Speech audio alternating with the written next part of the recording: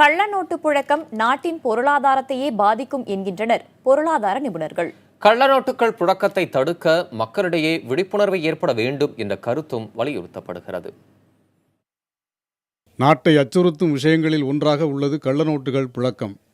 பணப்புழக்கம் அதிகமுள்ள வணிக நிலையங்கள், உணவகங்கள் உட்பட பல இடங்கள் வழியாக கள்ளநோட்டுகள் மக்களிடையே ஊடுருவுகின்றன.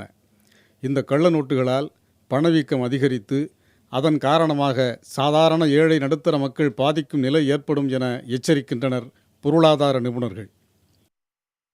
கரன்சி நோட் அதிகமாக பிரிண்ட் பண்ணி சர்க்குலேஷனில் போகும்பொழுது இன்ஃப்ளேஷன் அதிகமாகிடும்.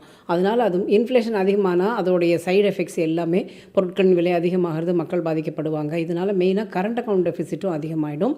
அப்புறம் ரியல் வேல்யூ ஆஃப் த மணி அதிகமாகிடும். ஏன்னா இப்போ நம்மளுக்கு எவ்வளோ நம்ம ஆர்பிஐ பிரிண்ட் பண்ணி அனுப்பிட்டு இருக்கோம் உள்ள சர்க்குலேட் ஆகிறதோ அதை தவிர இந்த கவுண்டர்ஃபீட் நோட்ஸும் சுற்றி வரும்பொழுது நம்ம என்ன ரியலாக பிரிண்ட் பண்ணி ஆர்பிஐ கொடுக்குறதோ அதை தவிர வேறு எக்ஸ்ட்ரா மணியும் வரதுனால அந்த ரியல் வேல்யூ ஆஃப் த மணி இந்தியாவோட குறையிறது.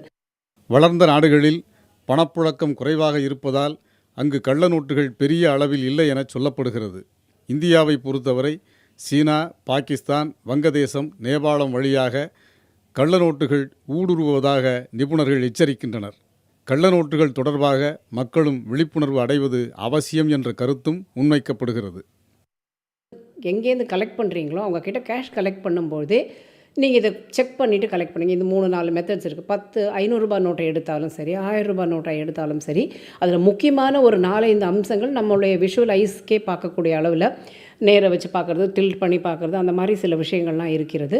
அதை பார்க்கலாம். இன்ஃபேக்ட் விஷுவலி பிளைண்டுக்காரங்க கூட தொட்டு பார்த்தானா அதை அந்த அந்த ஒரு மார்க்கிங் இருக்குது. அது மூலமாக அவங்க கூட கண்டுபிடிக்கலாம் என்ன மாதிரி நோட் அப்படிங்கிறது. நாட்டின் பணப்புழக்கத்தில் சராசரி 15% வரை கள்ள நோட்டுகள் ஆக்கிரமித்திருப்பதாக ஒரு தகவல் தெரிவிக்கிறது. இதை தடுக்க பல்வேறு முயற்சிகள் அரசு தரப்பில் எடுக்கப்படுகிறது.